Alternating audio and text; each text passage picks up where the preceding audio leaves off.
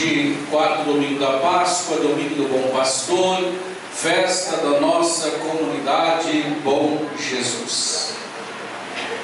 Nesta festa que nos preparamos por meio de um tríduo, com a presença de padres e comunidades que nos visitaram, para que dessa forma chegássemos ao dia de hoje para celebrar festivamente o domingo, o dia do Senhor, o dia do Bom Pastor. No trecho do Evangelho que nós ouvimos, é conhecida esta parábola do Bom Pastor. E encontramos nesta parábola 4 personagens, que são o bom pastor, o mercenário, o lobo e as ovelhas. Os 4 personagens presentes neste Evangelho: o bom pastor, o mercenário, o lobo e as ovelhas. Em relação a Jesus, que se define claramente hoje como o bom pastor, nós deveríamos nos sentir e viver como ovelhas, ovelhas do rebanho do Senhor. Mas em relação às outras pessoas, nós corremos o risco de nos comportar também, ou como pastores, ou como mercenários, ou ainda como lobos. Nós somos pastores quando cuidamos, nós somos mercenários quando usufruímos, nós somos lobos quando destruímos e matamos. Na Idade Média, um filósofo inglês chamado Thomas Hobbes, ele afirmou que o homem é o lobo do homem. Ou seja, todo ser humano tem um instinto natural de sobreviver, de se preservar. E se para isso for preciso atacar, ferir ou mesmo matar seu semelhante, ele o faz. O instinto natural do ser humano de sobreviver e preservar-se. O problema é que hoje nós vemos o ser humano agindo como lobo em relação ao seu semelhante, não simplesmente por uma questão de sobrevivência ou de autopreservação, mas sobretudo por causa do dinheiro, a mão invisível do mercado. E é verdade, a pata do grande lobo invisível que condena à morte inúmeros seres humanos todos os dias, pelo fanatismo ou por nada, nada mesmo, simplesmente porque parece que hoje a vida humana não vale nada, e matar não significa nada, porque estamos vivendo como se fôssemos um nada. E para sobreviver a esse mundo desumano e a essa cultura de morte, nós estamos cada vez mais adotando posturas de lobos e nos afastando da nossa identidade de ovelhas. Não podemos nos esquecer de que dentro de cada um de nós habita um lobo e um cordeiro. Dentro de nós habita um lobo e um cordeiro. É verdade, irmãos e irmãs, que às vezes precisamos dar vazão ao nosso lobo interior, no sentido de lutar com todas as nossas forças para defender a família, para defender os filhos, para defender o casamento, para defender os valores, para defender a fé, para defender a justiça, para defender a vida. Contudo, é preciso que o nosso lobo e o nosso cordeiro aprendam a dialogar e a conviver, pois ambos fazem parte da nossa verdade como seres humanos. Se o lobo é um Presidente, o mercenário é um perigo sutil. Em nome da democracia, em nome da civilização, em nome da liberdade de expressão, em nome da liberdade religiosa, nós estamos rodeados de mercenários que pensam em si mesmo e não nos valores. Pessoas que ocupam cargos de autoridade aparentemente para cuidar de nós, quando na verdade não são pastores, mas mercenários. E a única preocupação do mercenário é obter o lucro, enriquecer-se, mesmo que para isso tenham de fechar os olhos para situações que provocam sofrimento, injustiça e morte das ovelhas que lhe foram confiadas. Todo mercenário, todo, é um fantoche nas mãos de um lobo chamado dinheiro. Ele nunca se importa com a vida das suas ovelhas, mas apenas com o seu enriquecimento pessoal. A alma do mercenário deixou de pertencer ao bom pastor e passou às mãos do grande lobo, do diabo, há muito tempo, que já não está a serviço do bom pastor, mas a serviço do inimigo de Deus. Nós também, irmãos e irmãs, podemos agir como mercenários. Eis alguns exemplos. Quando nos perguntamos em relação ao nosso outro, ao nosso irmão e irmã, o que eu posso lucrar com essa pessoa, com este relacionamento? De que maneira a pessoa pode me ajudar a chegar onde eu almejo?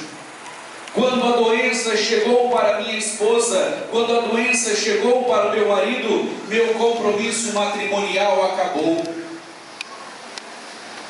Para não ter trabalho com os meus filhos e filhas, hoje muitos pais terceirizam a educação dos seus filhos, terceirizam a educação deles e a criação deles.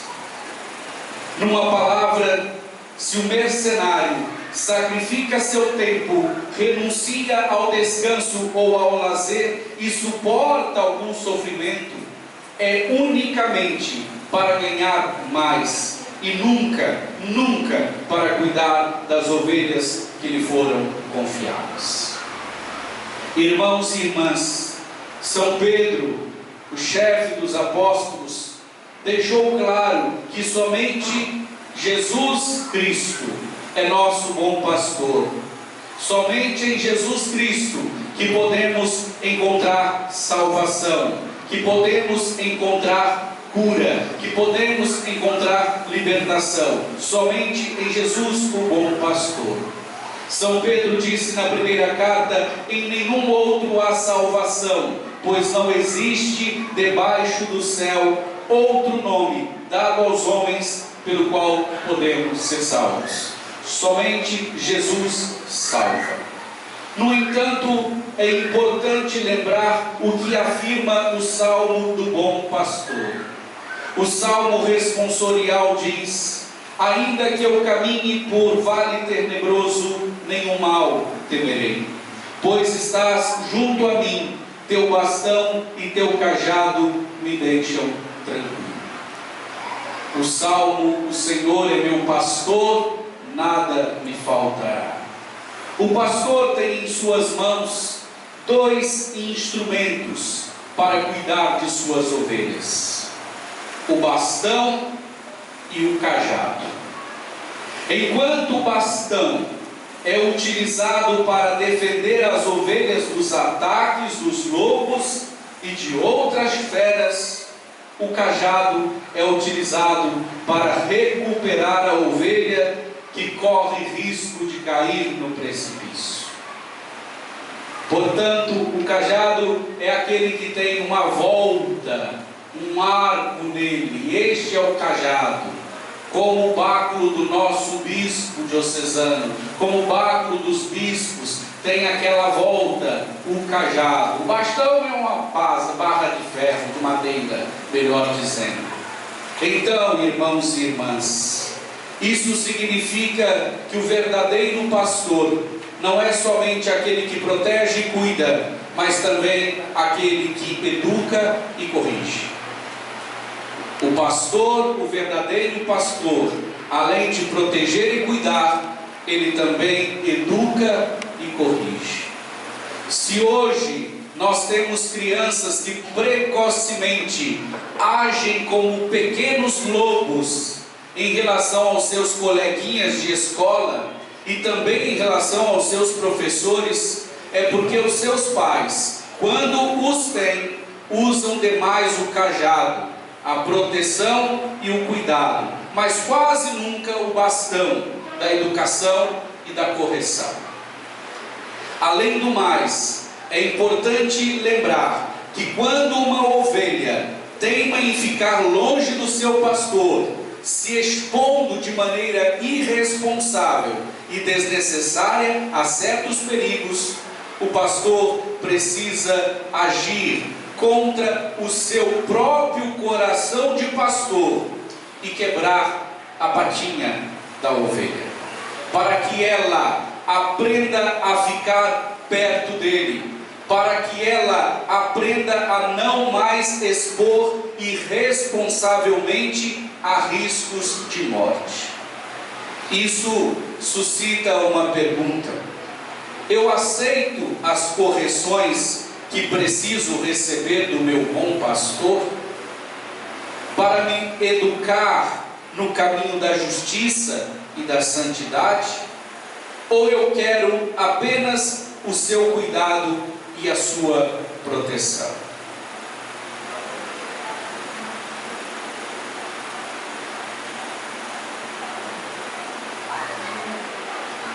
Para nós padres, que somos chamados a ser bons pastores, às vezes devido à insegurança interior, nós precisamos ficar a todo tempo afirmando a nossa autoridade.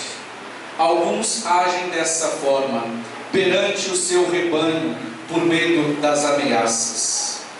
Vale lembrar que a autoridade do bom pastor só é reconhecida pelo rebanho na medida em que vivemos sob a autoridade do bom pastor e procuramos nos configurar ao seu coração.